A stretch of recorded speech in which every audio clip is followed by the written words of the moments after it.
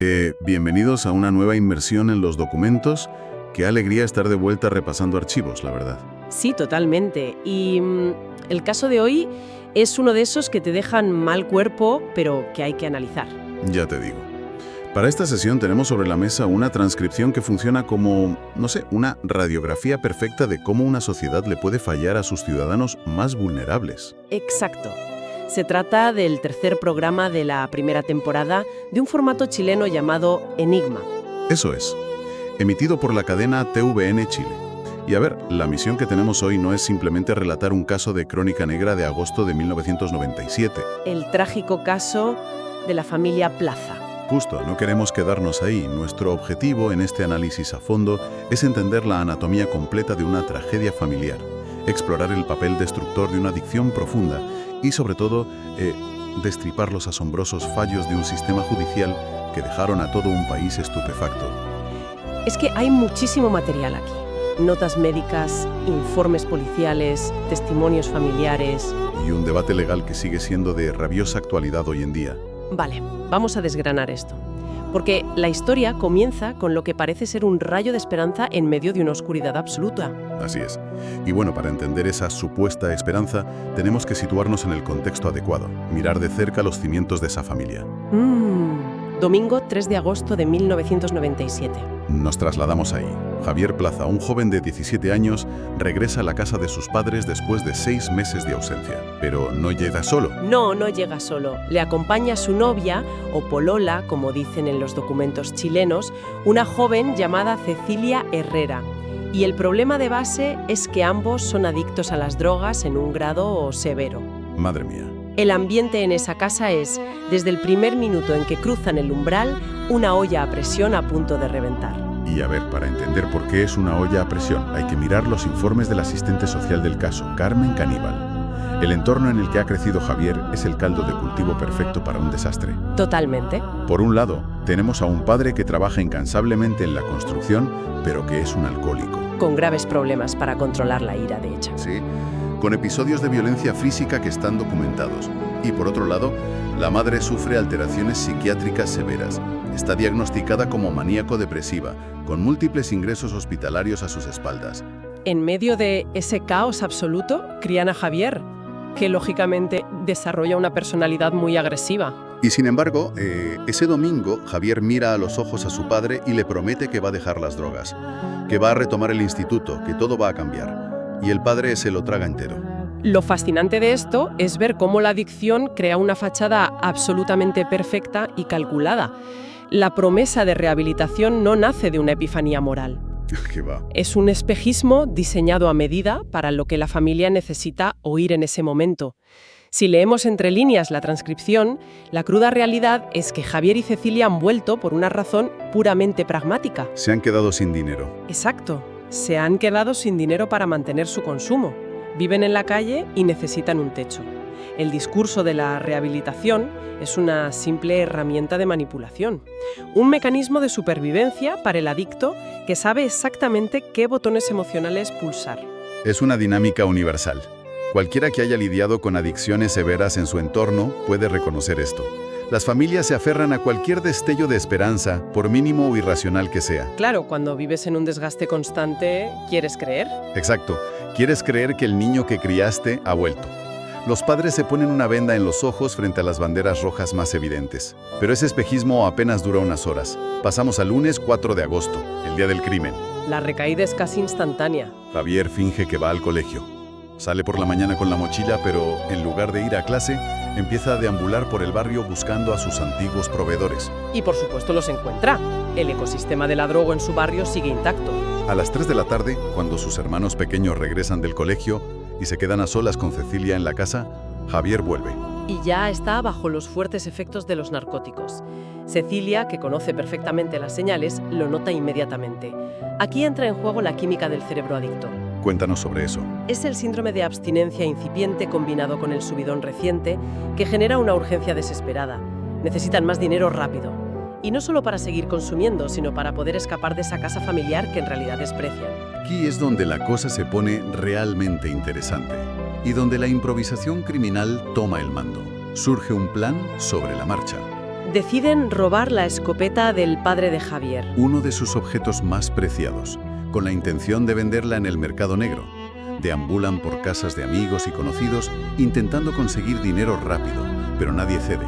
Finalmente se separan. Estratégicamente.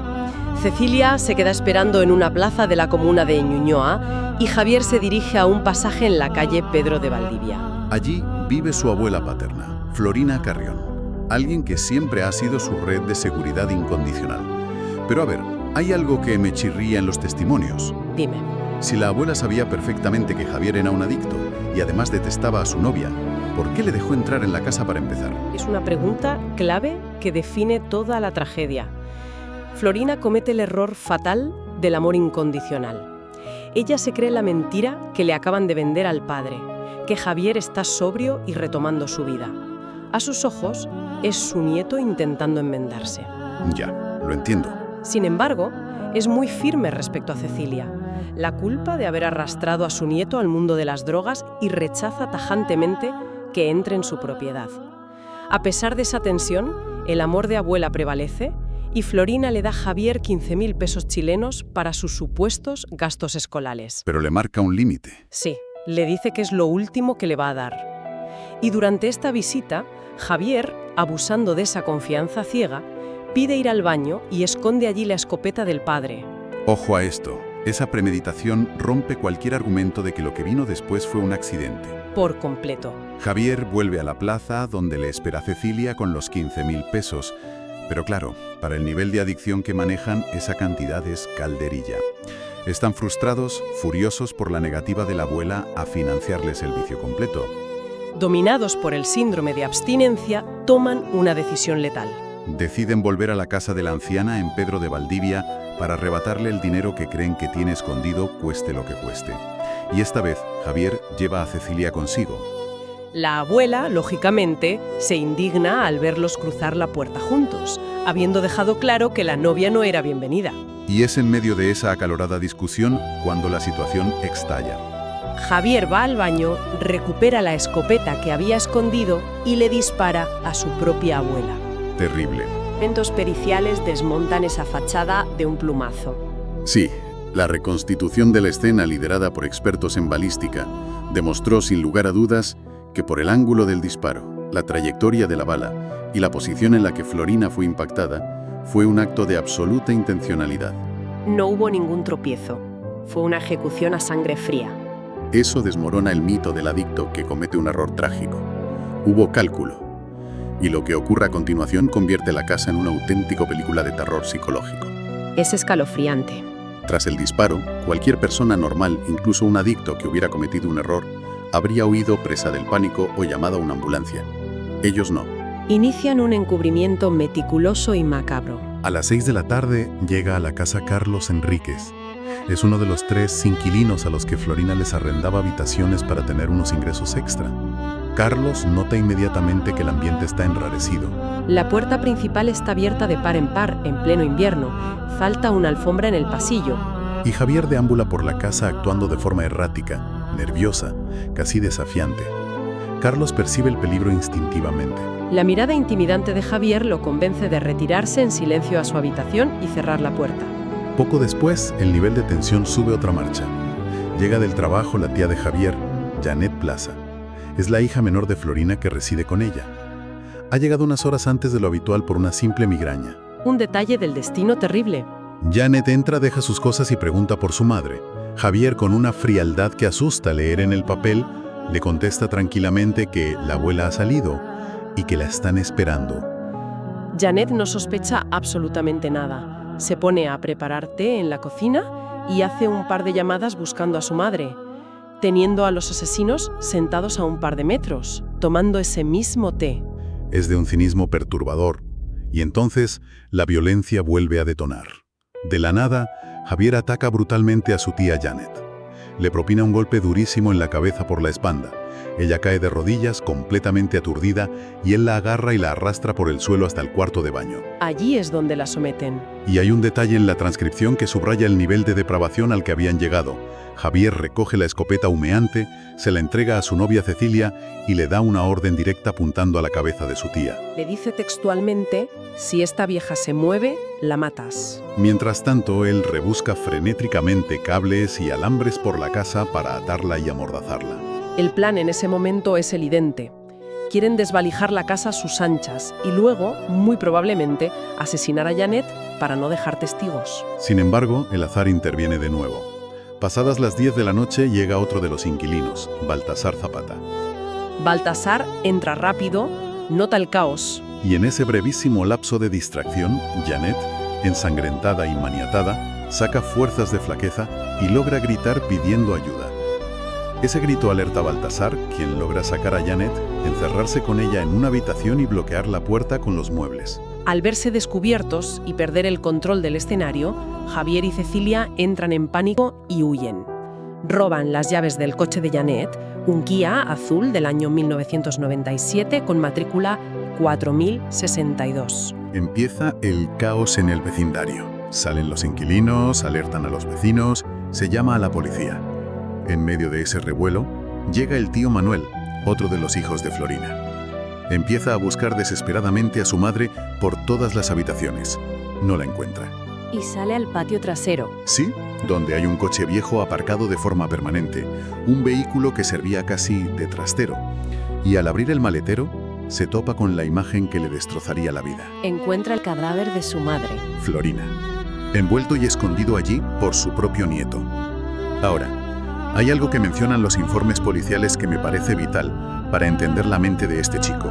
Algo que ocurrió semanas antes del asesinato, ¿verdad? Exactamente. Y este es el punto de inflexión clínico del caso. Si conectamos esto con el panorama general, la tía Janet revela un antecedente escalofriante. Cuéntanos. Semanas antes del crimen, Javier ya había entrado de madrugada a la habitación de su abuela. Iba encapuchado con un pasamontañas y acompañado de un cómplice. Tela. Se abalanzó sobre Florina en la cama, la asfixió parcialmente con las mantas y le susurró que no se moviera ni hiciera ruido mientras el otro chico desvalijaba la casa. ¡Qué horror! Cuando un inquilino escuchó ruidos e intervino, Javier se quitó el pasamontañas, se rió y dijo que era solo una broma. Esta información es crucial porque cambia el diagnóstico del crimen por completo. Totalmente.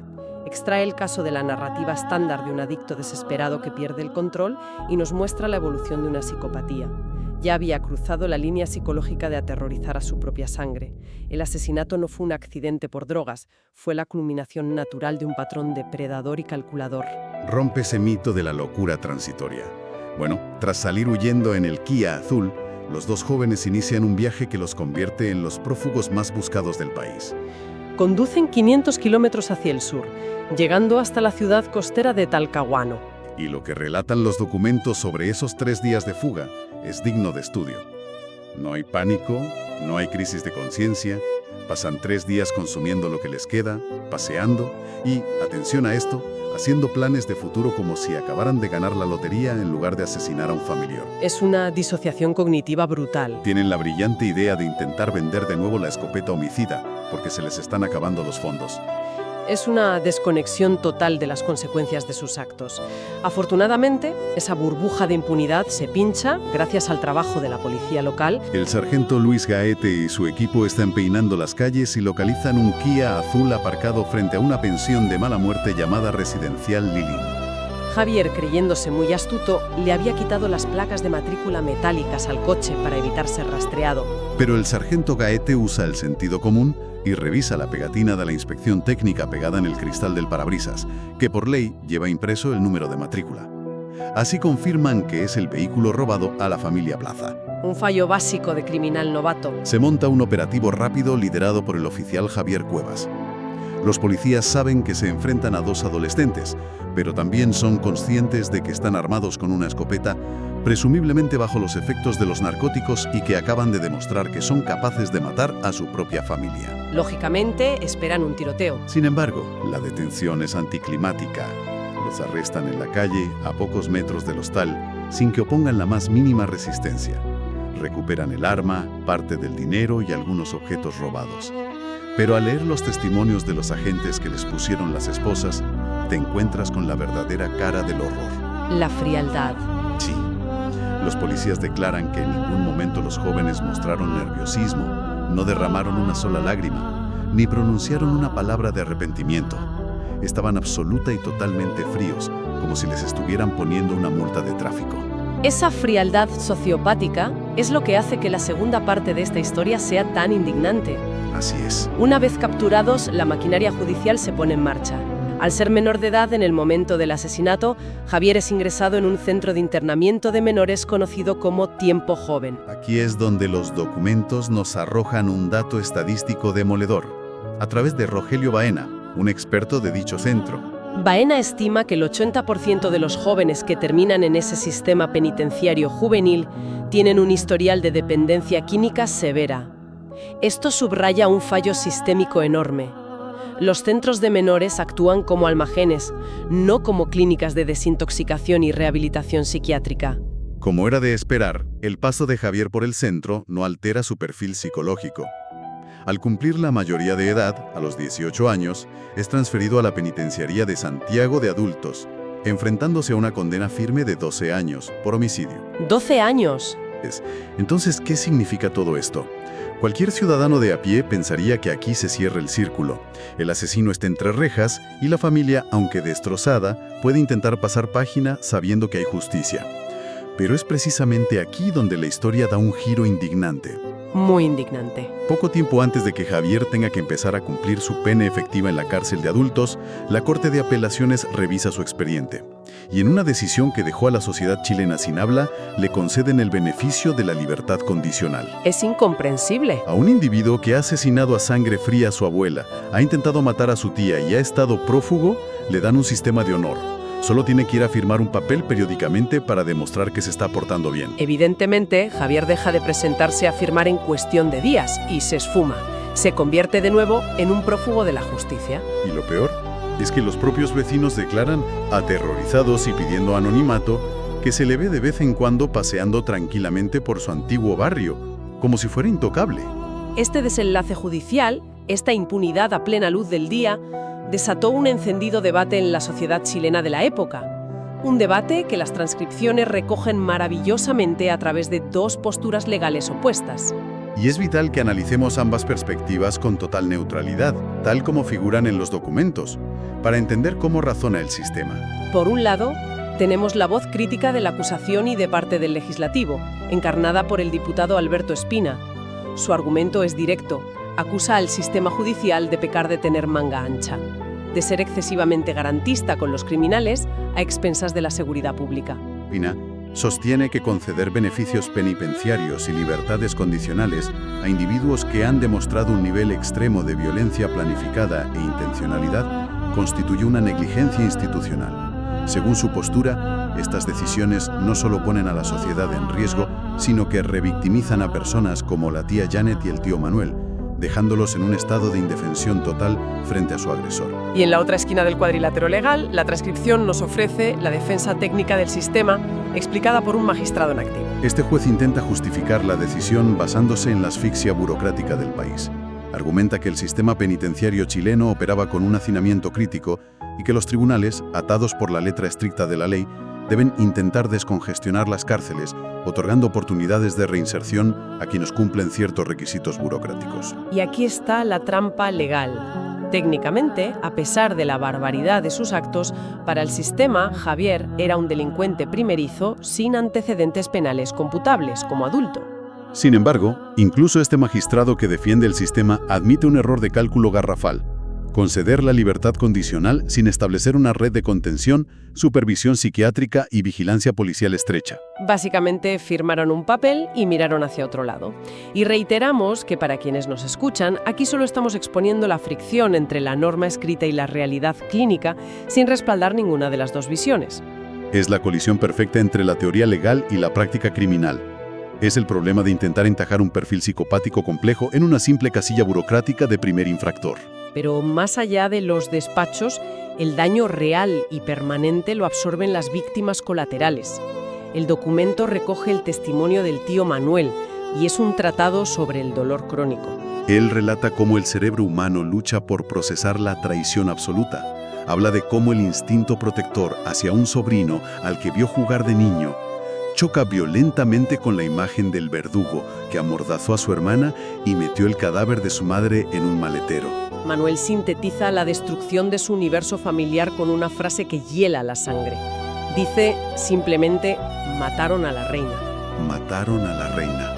Es una metáfora brutal. En un entorno plagado de caos, de un padre violento, una madre psiquiátricamente inestable y unos nietos consumidos por la droga, Florina Carrión era el único ancla de cordura. Era la monarca de ese pequeño ecosistema, la que mantenía la estructura en pie. Y su error, como hemos desgranado, fue bajar el puente levadizo para intentar salvar a un nieto, que ya no veía en ella una abuela, sino a un simple cajero automático. Esto plantea una pregunta importante. Todo este análisis nos lleva a sintetizar lo que realmente revelan estos folios. No estamos ante un simple atraco que salió mal por culpa de las drogas. Estamos ante una confluencia de fallos en cadena. Un trauma generacional silencioso, una adicción que actuó como acelerante de una psicopatía subyacente y, en última instancia, una maquinaria judicial diseñada para procesar expedientes de forma mecánica, completamente desconectada de la peligrosidad clínica real de los individuos que devuelve a la calle. Esa desconexión es la que fabricó la impunidad de Javier Plaza. Es una reflexión muy pesada pero necesaria.